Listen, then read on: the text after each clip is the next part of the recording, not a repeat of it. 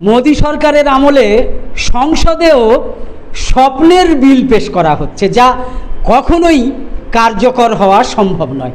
আচ্ছা, আপনারা কি মনে করেন যে প্রধানমন্ত্রী, তার বিরুদ্ধে কোনো অভিযোগ থাকলে তিনি 30 দিন জেল হেফাজত বা পুলিশ হেফাজতে থাকবেন এবং তারপরে সংবিধান সংশোধনী বিল কার্যকর হওয়ার পরে তাকে প্রধানমন্ত্রিত্ব ত্যাগ করতে হবে, সে নরেন্দ্র মোদী হোক বা যে কোনো অন্য দলের পক্ষে?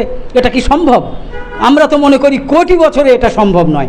কারণ একটা প্রধানমন্ত্রী থাকাকালীন তার বিরুদ্ধে অভিযোগ করতে গেলে থানায় প্রথমে অভিযোগ করতে হবে, এফআইআর করতে হবে, যেটা কখনোই সম্ভব নয়। এবং যদি বা এফআইআর সম্ভব হয়ও, তাহলে সেটা রাষ্ট্রপতির অনুমোদন লাগে, লোকসভার অধ্যক্ষের অনুমতি লাগে, মানে এফআইআরটা নেওয়া সম্ভব, অভিযোগটা নেওয়া সম্ভব।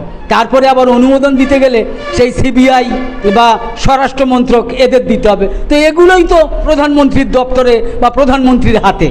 তাহলে প্রধানমন্ত্রী নরেন্দ্র মোদী যে এই লোকসভায় সংবিধান সংশোধনী বিল উনি পেশ করেছেন, কখনোই কি সম্ভব এটা? আসলে উনি চাইছেন যে বিরোধীদের উপরে এই আইনটা যাতে প্রয়োগ করে একেবারে স্বৈরতান্ত্রিকভাবে দীর্ঘদিন শাসন চালিয়ে নেওয়া যায়।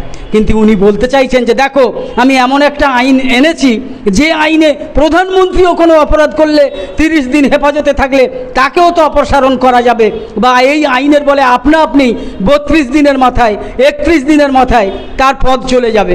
আসলে এটা অলীক স্বপ্ন ছাড়া আর কখনোই অন্য কিছু নয়। বাস্তবের সঙ্গে এর কোনো রকমের সম্পর্ক নেই।